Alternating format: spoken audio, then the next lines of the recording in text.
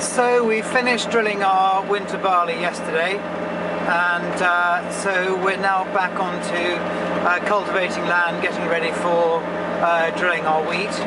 I'm in this field again with our carrier, 9-meter carrier cultivator on. We've already cultivated this field once with the tined cultivator, and now we're coming back with this to break down the seedbed a little bit more, but also to try and get rid of the beans that have grown. The beans that were in this field last year were harvested. Some of the beans that shaled out and were left on the ground have germinated, and so we're trying to cultivate those out so they don't appear in the next crop.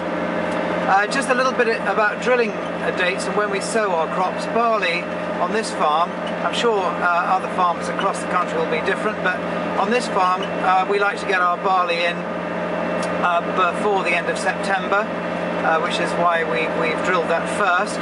And our wheat, really, we should really try and hold off drilling wheat until about the 1st of October, because that gives the weeds a chance to grow in the cultivated land, and then we can cultivate them out before we drill our wheat. And that's because we can't use herbicides organically, and so we have to get rid of weeds by cultivating them rather than spraying them. Conventionally, you'd be drilling wheat a lot earlier than we drill it. They'd be sowing their wheat really around about the 20th of this month, so most people around here have drilled and sown a lot of their wheat.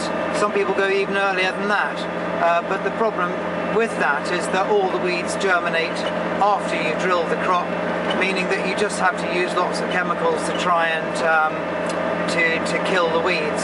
As I say, we do it differently. We have to wait for the weeds to germinate so we can cultivate them out, because we can't use any chemicals.